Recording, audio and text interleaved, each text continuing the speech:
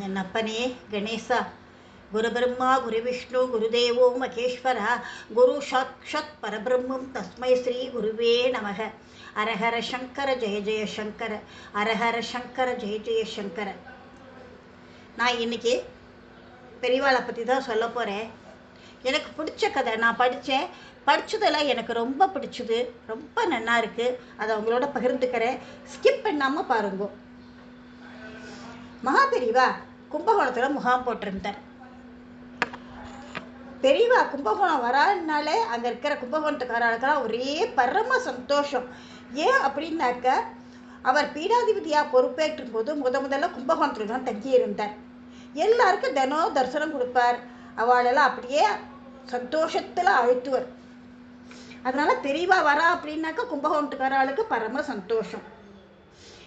அப்போ பெரியவா தங்கியிருந்தார். ஒரு நாள் கும்பகோணத்தில் இருக்கிறல கோவிலப்பா தரிசனம் பண்ணலாம் அப்படின்னு சொல்லிட்டுன்னு நடந்து போயின்னு இருந்தார் பெரியவா. ஒரு சிலர் பெரியவாளை பார்த்தவாள்லாம் அவருக்கு ஆர்த்தி எடுப்பா, கிணத்துல போட்டுப்பா, நமஸ்காரம் பண்ணுவா. அது மாதிரி இருந்து அந்த தெருவில் இருக்கிறவாள்லாம். ஸ்ரீமர்த்த காரியதர்சிகள்லாம் என்ன பண்ணுவாங்கன்னா, வெகு சிலர் மட்டும் பெரியவாளோட பின்னாடி நடந்து போயின்னு இருப்பா. ஒரு இடத்துல ஒத்துருமே இல்லை, ஒருத்தருமே இல்லை தெருவில். அப்போ நடந்து போயின்னு இருக்கா பெரியவா. அப்போ அன்றைக்கே ஸ்கூல்லாம் லீவு வேறு. அதனால் அந்த தெருவில் 7-8 குழந்தைகள்லாம் விளையாடின்னு இருந்தா. அவள் விளையாட்டு மும்முரம். யார் வரா யார் போகிறா அப்படின்னு அதுகள்லாம் பார்க்கவே இல்லை. அதுக மாட்டில் விளையாடின்னு இருக்கு. இந்த காலம் மாதிரி அந்த காலத்தில் கிரிக்கெட்டு, டென்னிஸு அதெல்லாம் ஒன்றும் கிடையாது. அந்த காலத்தில் கண்ணாமூச்சி, கிட்டி புல், நம்ம ஓடி பிடிச்சி விளையாடுறது, இதெல்லாம் தான் அந்த காலத்து விளையாட்டுக்கள். அந்த மாதிரி இந்த குழந்தைகள்லாம் விளையாடின்னு இருக்கு. மகாபிரிவா நடந்து போயிட்டு இருந்த தெருவில் அந்த குழந்தைகள்லாம் கண்ணாமூச்சி விளையாடின்ட்டு ரொம்ப குஷியாக இருந்ததுங்க. தெருவில் யார் வரான்னு அவள்லாம் பார்க்கல. மகாபிரிவால அவளுக்கு தெரியவும் தெரியல, அவள் கண்டுக்கவும் இல்லை. அதை ஒரு பொருட்டாவே நினைக்கல தெரியவா வரான்னு சொல்லிட்டுன்னு. ஒரு துணியாரத்தோட கண்ணை இருக கட்டின்ட்டு அந்த சிறுவன் என்ன பண்ணுறான், ரோட்டில் ஒளிஞ்சின்னு இருக்கிற குழந்தைகளை கண்டுபிடிக்க தேடின்னு இருக்கா. 2 கைகளையே நீட்டி நீட்டி தேடின்னு இருக்கான். மகாபிரிவா ஏதோ நாமத்தை ஜபிச்சுட்டு வேகமாக இருந்து வந்துட்டு இருக்கார். அவர் பின்தொடர்ந்து வந்த ஸ்ரீமர்த்த காரியதர்சிகள்லாம் பெரியவாள் நடக்கி ஈடுபடுத்து ஓடிட்டு இருந்தாவாள்லாம். நண்பர்கள் ஒருத்தரை கண்டுபிடிச்ச முடிச்சாச்சு. அந்த சிறுவன் என்ன பண்ணுறான், அண்ணன் இங்கே ஒளிஞ்சுட்டு இருக்கான்னு தேடுறதுக்காக தேடின்னு இருக்கான்.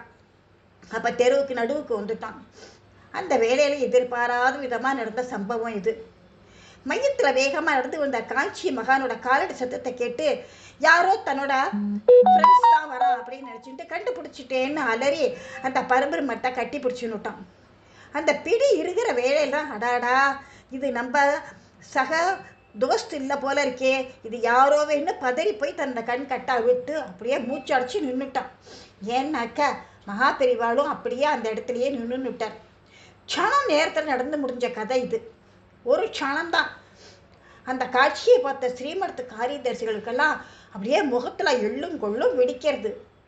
என்ன பண்ணுறது, ஒன்றும் பண்ண முடியாது. அங்கே இருந்தவெல்லாம் குழந்தைய அடிக்கிறதுக்கு வந்தா.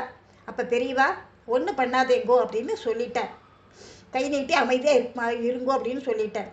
அந்த சிறு குழந்தையோட முகம் அப்படியே கலை இழந்து காணப்படுறது. என்ன பண்ண போகிறாளோ என்ன ஆகுமோ தெரியலையேன்னு தன்னோட விளையாடின்ற குழந்தைகள்லாம் எங்கே இருக்குன்னு அப்படியே கண்ணாலேயே தேடுறான். ஒருத்தர் கூட இல்லை. எல்லாம் துண்டா காணும், துணியை காணும்னு ஓடி போயிடுத்துங்க. அதுக்கு போய் ஆற்றுல போய் ஒழிஞ்சு நிறுத்துங்க. யாருமே கண்ணுக்கு தென்படலை. மகாபெரிவா மற்றவரை பார்த்து நேருக்கு நேர் பிராணியே இல்லை அவனுக்கு. தலையை குடிஞ்சுட்டு அப்படியே கையை கட்டின்னு நிற்கிறான்.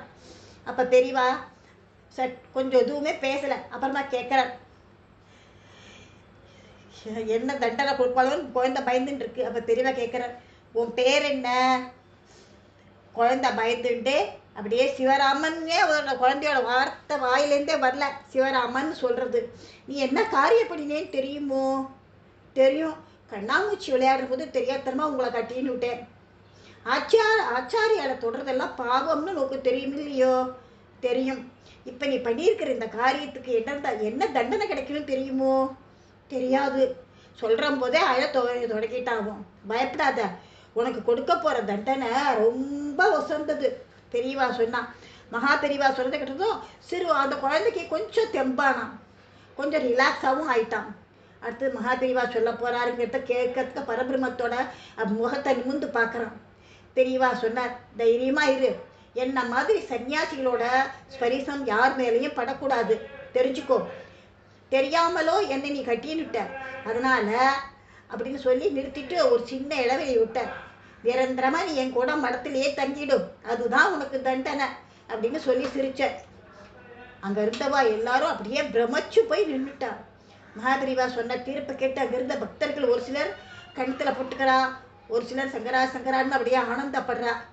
அந்த சிறுவனோட மனநிலை எப்படி இருந்திருக்கும்? அப்ப அந்த குழந்தைக்கு ஒன்றும் தெரியவும் தெரியாது, அப்படியே பிரமிச்சு போய் நிற்கிறான். அதுக்குள்ள அது வார்த்தையிலேருந்து அவள் அம்மா அப்பா வந்துட்டாய சொன்னா அவளுக்கு ரொம்ப சந்தோஷமாயிட்டா. மகாபெரிவாட திருவாக்குப்படி கொஞ்ச நாள்ல கொண்டு போய் மடத்துல விட்டுட்டா குழந்தைய. மகாபெரிவாள அண்டி அவருக்கு திருத்தொண்டு பண்ணணுங்கிறது, சொத்து சுகம் எல்லாத்தையும் நிரந்தரமா திறந்துட்டு காஞ்சி மடத்திலேயே சரணடைகிறத எவ்வளோ புண்ணியம் பண்ணியிருக்கணும். அந்த வேளையில சிவராமனுக்கு கிடைச்சது போன்ற பாக்கியம் யாருக்கும் கிடைக்கும். எனக்கு பணி செய்யவா அப்படின்னு பெரியவாளே வாய் திறந்து சொல்றாருனாக்க அது எப்பேற்பட்ட பாக்கியம் எல்லாருக்குமா கிடைக்கும்? அந்த சிறுவனம் சிவராமனுக்கு கிடைச்சிது. மகாபெரிவாளோட உடனிருந்து அவருக்கு கைங்கரிய செய்கிற பெரும் பேரு கிடைச்சிது அவனுக்கு. மகாபெரிவாளோட இருந்து கருணை கடலின் அமுதத்தை பருக வேண்டும் அப்படின்னு சிவராமனோட தலையில பிரம்மா எழுதி அனுப்பிச்சிருக்காரு போல இருக்கு. அவர் காசி யாத்திரை போகும்போது சிவராமனையும் கூட கூட்டிகிட்டு போனார். மகா சுவாமிகளுக்கு அடுத்த மாதிரி பிக்ஷ பண்ற காரியமும் பொறுப்பும் சிவராமனுக்கே கிடைச்சிது. அன்னபூரணிக்கே அன்னம் அளிப்பது எத்தனை கோடி தவத்தால வந்த பலன். ஹரஹர சங்கர ஜெய ஜெய சங்கர, ஹரஹர சங்கர.